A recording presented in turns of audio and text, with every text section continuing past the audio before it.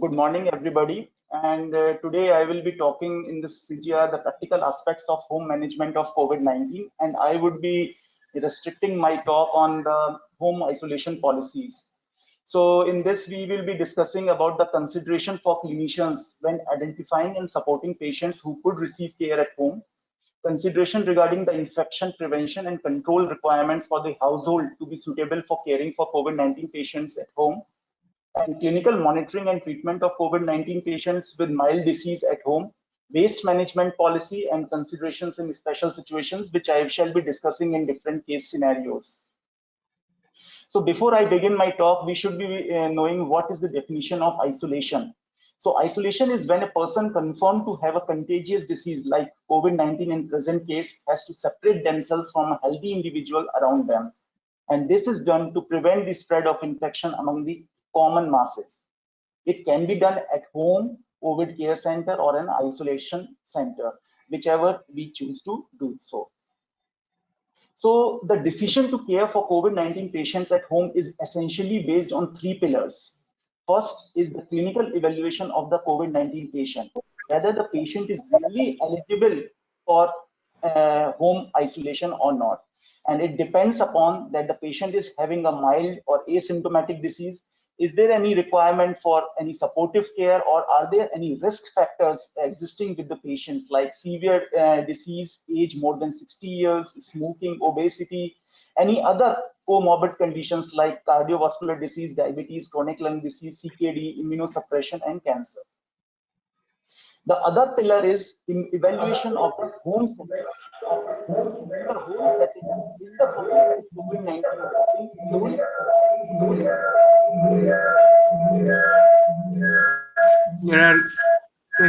Can everybody accept the speaker? Mute themselves.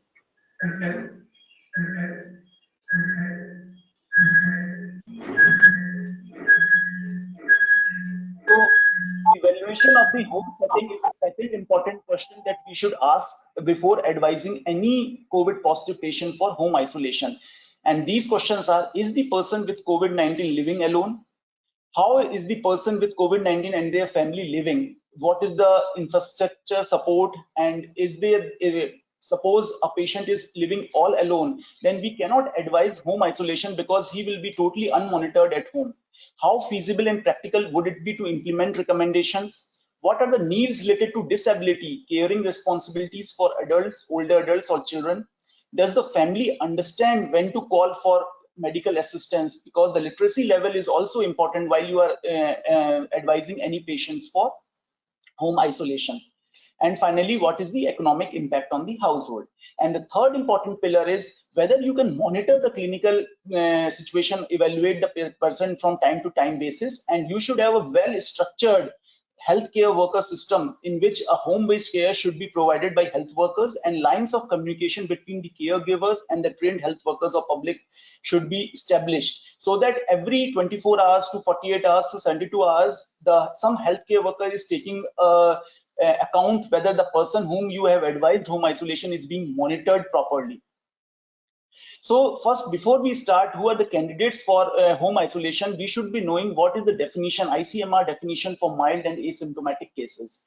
And the asymptomatic cases are laboratory confirmed cases not experiencing any symptoms and having an oxygen saturation at room air more than 94%. And mild cases are patients with URTI like symptoms and or fever without shortness of breath and having an oxygen saturation at room air for more than 94%. So these are the candidates for amongst the COVID-19 infected patients who are eligible for home isolation. We cannot give an advice to moderate and severe COVID patients for home isolation. And while we check for the patient's eligibility for home isolation, as I previously mentioned, that the degree, the disease stage, whether it's mild and asymptomatic, that is being evaluated by the treating medical officer. Such cases should have a requisite facility at their residence for self-isolation and for quarantining the family contacts. A caregiver should be always available to provide care for 24/7 basis. So many times it so happens that when we advise home isolation, we come to know that the patient is residing all alone at his home. So this is not a candidate really to be given advice for home isolation, and we should definitely find some other suitable arrangements for him to be admitted in some other center. And the third important group is the elderly patients more than 60 years, that is the conventional high risk group. So they can be advised home isolation. It's not an absolute contraindication, but we should be more vigilant when we are advising such patients like elderly patients more than 60, or patients with comorbid conditions such as hypertension, diabetes, heart disease, chronic lung, liver, kidney disease, and a history of CVA. So they can be advised home isolation, but the condition is subject to that we are properly, if they are being evaluated by the treating medical officer. And the last and final group is the immunocompromised patients who have either HIV positive, transplant recipients, cancer, the patients who are undergoing cancer therapy. They are not recommended home isolation because it's difficult for them to be monitored, because they don't show typical signs and symptoms, and all of a sudden they deteriorate at home. But if a good follow-up policy by the medical officer who is taking care of that patient is maintained, then and in lieu of dearth of beds, suppose we don't have many beds for admission, then we can, as an emergency situation, do advise them also home isolation. It's a relative contraindication, but we can do it subject to that we are constantly monitoring such patients and keeping a track of them. So precautions during care of COVID positive patients in the at-home facility. The most important is that we should advise them limit the patient's movement around the house and minimize shared space. Household members should avoid entering the room where the patient is located. Maintain a distance of at least 1 meter from the patient. That is a standard recommendation by the WHO as well as the government or Ministry of Health. And we should, if suppose we are having a single room at our home, then probably we should ask them to sleep in a separate bed. Visitors should not be allowed in the home until the patient has completely recovered. While providing care or working within 1 meter of the patient, request that the patient always wear a medical mask, and preferably an N95 mask if possible. Patient must be placed in adequate ventilated rooms with large quantities of fresh and clean outdoor air to control contaminants and odors. So the room should be well lit, and it should have a good ventilation system. We should open the windows so that the fresh air can come, and the room, there is no ventilation problem. Consider using natural ventilation by opening windows if possible. And for mechanical systems, for systems that are having air conditioning system, so we should use the HVAC and increase the percentage of outdoor air using economizer modes of HVAC operations, and potentially as high as 100%. So these were the recommendations that were given by the WHO as well as the CDC for home isolating, and the precautions that needs to be taken for patients who are undergoing home isolation. Now, do's for the caregivers of contacts of COVID positive patients. Caregivers should always wear a medical mask, preferably N95, because this is one of the most important measures which we should keep in our mind, that both patient as well as the caregiver should wear N95 mask at all times while dealing and taking care of the COVID-19 patient. Mask should not be touched or handled during use, and if the mask gets wet, dirty from the patient, it must be replaced immediately with a new clean dry mask. Remove the mask using appropriate technique, which is to untie it rather than touching the front of the mask. This is very important, because while we are removing the mask, we usually just in a hurry, we just remove it by pulling it from the front. So we should untie it properly, and then rather than touching. And the same thing should be explained to the patient's family, because we are doctors, we know the method, but probably the patient who is taking care of their loved ones, their family members, are usually not knowing, they are not doctors. So we should give time in the first time when we are counseling a patient for home isolation. These points should be made very clear to the patient's family. Avoid direct contact with patient's body fluid, particularly oral and respiratory secretion and stool. Use disposable gloves and a mask when providing oral and respiratory care. Perform hand hygiene before putting on mask and gloves. We should wash our hands with soap and water. And do not use medical mask or gloves unless the gloves are reusable products such as a utility glove. And if possible, we should wear plastic aprons while taking care of COVID positive patients, so that the secretions and other things don't get into your clothes. So another important aspect is that the family usually asks what are the disinfection practices we should follow while we are taking care of home isolated COVID positive patient. So we should advise them that we clean and disinfect surface that are frequently touched in the room, like table, bedside tables, bed frames, other bedroom furniture, at least once daily. And it should be used the alcohol, 70% alcohol rub can be used for that. And clean and disinfect bathroom and toilet surface at least once daily and preferably twice a day. And these 0.1% sodium hypochlorite solution equivalent to 1000 ppm should be applied for by wiping the surface. And these are available in the market as a ready-made preparation like Domax floor cleaner. We can use that. We can use Harpic floor cleaner that is available, and it contains 0.1% sodium hypochlorite in its composition. So these agents can be used as a disinfection practices for home isolation. We should use dedicated linen and eating utensils for the patient. We shouldn't mix them with the utensil. These items should be cleaned with soap and water, and after use may be reused instead of being discarded. And place contaminated linen in a laundry bag. They shouldn't be spilled over in the room anywhere, and do not shake the soiled laundry, and avoid contaminated materials coming into contact with the skin and clothes.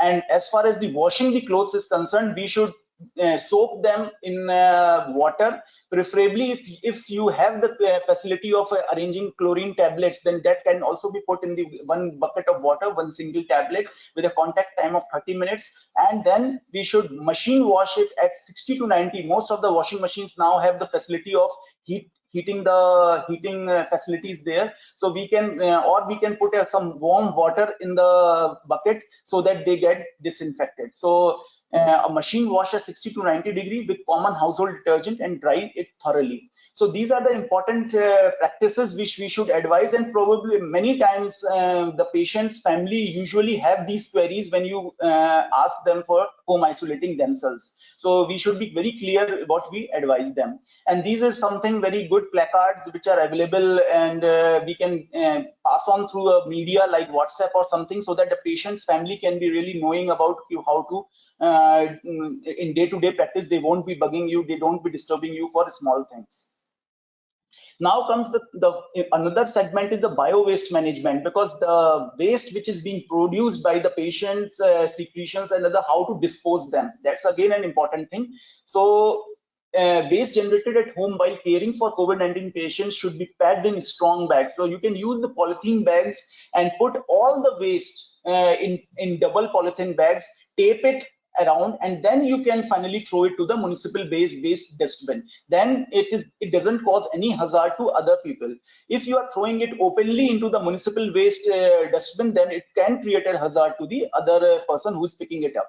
And if such a service does not exist at your locality, then probably the waste may be buried. This is another practice which is recommended by WHO. And the burning of the waste is not recommended. It is the least preferred option, and usually it creates a lot of pollution, and usually it has been seriously discouraged. So these things should be clearly explained to the patient's family.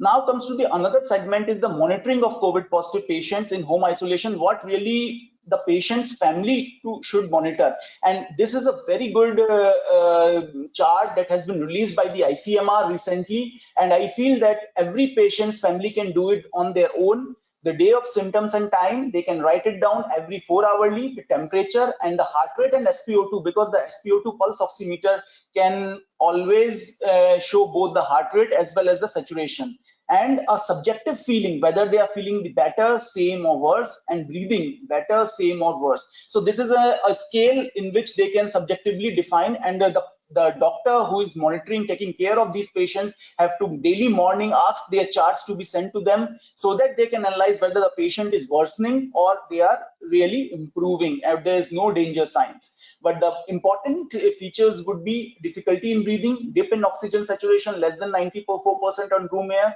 persistent pain and pressure in the chest, mental confusion or inability to arouse. So any of these features are present, we should really be very quick in shifting these patients to IPD services rather than continuing the outpatient home isolation. Now, when to discontinue home isolation, this is another important question, and it's been commonly asked by all the healthcare workers also who are working. So patients under this guidelines recently got released from the Ministry of Health and Family Welfare on home isolation on 27th April 2021, in which they have said that the patient under home isolation will stand discharged and end isolation after at least 10 days have passed from the onset of symptoms or from the date of sampling for asymptomatic cases, and no fever for 3 days. So this is quite a very good practice, and this has been laid down by WHO as well as the CDC in US, that this should be followed, and there is no need for repeat testing after home isolation period is over. This will reduce the burden of testing on the microbiology labs, because the period of infectivity usually doesn't last for that long. And the scientific basis I can see in this cartoon, that if you can see the top figure, the median incubation period is Anshul, you'll around have to 5 days. finish in Anshul. Will you finish in the next few slides? The next couple of slides? Yeah, sure. Yes. Two Okay. slides. So Okay. this is the dynamics of disease replication, in which this viral replication is highest at the time at day 5 during the incubation period, followed by the sharp steep decline, and on day 10 there is hardly any risk of infection if the patient is asymptomatic, but the RT-PCR can come positive because of the viral debris, and that can lead to the false positive RT-PCR. And this is the most important point which I would like to emphasize, that nothing to hamper. So many patients are coming positive on day 17, day 21, day 22 of illness, and we should ask them to join if they are asymptomatic. And this is the guidelines which I in a pictorial form, and we should always give a clear advice, and these could be very well prepared charts by the WHO. It can be circulated to your family and friends who are taking care of this patient. So these are the important scenarios which I had prepared. A person working in 1 BHK house, how should you isolate them? So definitely we should always explore the possibility for admission in any quarantine or an isolation facility. If that is not possible, then we should advise them that they should use all the precautions which I have earlier stated, and to wear N95 mask at all times, no bed sharing with COVID positive patient. Definitely we should counsel them that the risk of infection is definitely there, but that's the best we can offer to them if the isolation facility is not being provided by your center or the government. The second is the postpartum with a 2-month-old baby presenting with high grade fever. What she's seeking advice for home isolation. So she is a small baby. What should she do? The baby should be allowed to be kept with mother. Don't isolate, segregate the baby from the mother. Breastfeeding should be encouraged, because the small neonates are not having that serious COVID infection. Even if they have they develop COVID positivity, it's usually mild or asymptomatic, and follow the COVID appropriate infection prevention and practices. And the third scenario, which is really challenging, is a person living with his ailing parents in a 3 BHK apartment, diagnosed as COVID-19, and he has mild symptoms. So again, there is no clear-cut rule for that. We should always explore a possibility for admission to any isolation or quarantine facility. If no such facility is available, then counsel the COVID positive to stay in a different room. And this is the flowchart, and this is our institute protocols, in which we have segregated into 2 parts: age less than 45 without comorbidities, and more than 45 with comorbidities. And in this high risk group, we have preferably at day 5 we have found, maybe at baseline if the clinical condition suggests that, or preferably at day 5 we can do as investigations. And if in patients with home isolation who have persistent fever more than 7 days, shortness of breath, we can again do a routine testing and think of admitting them.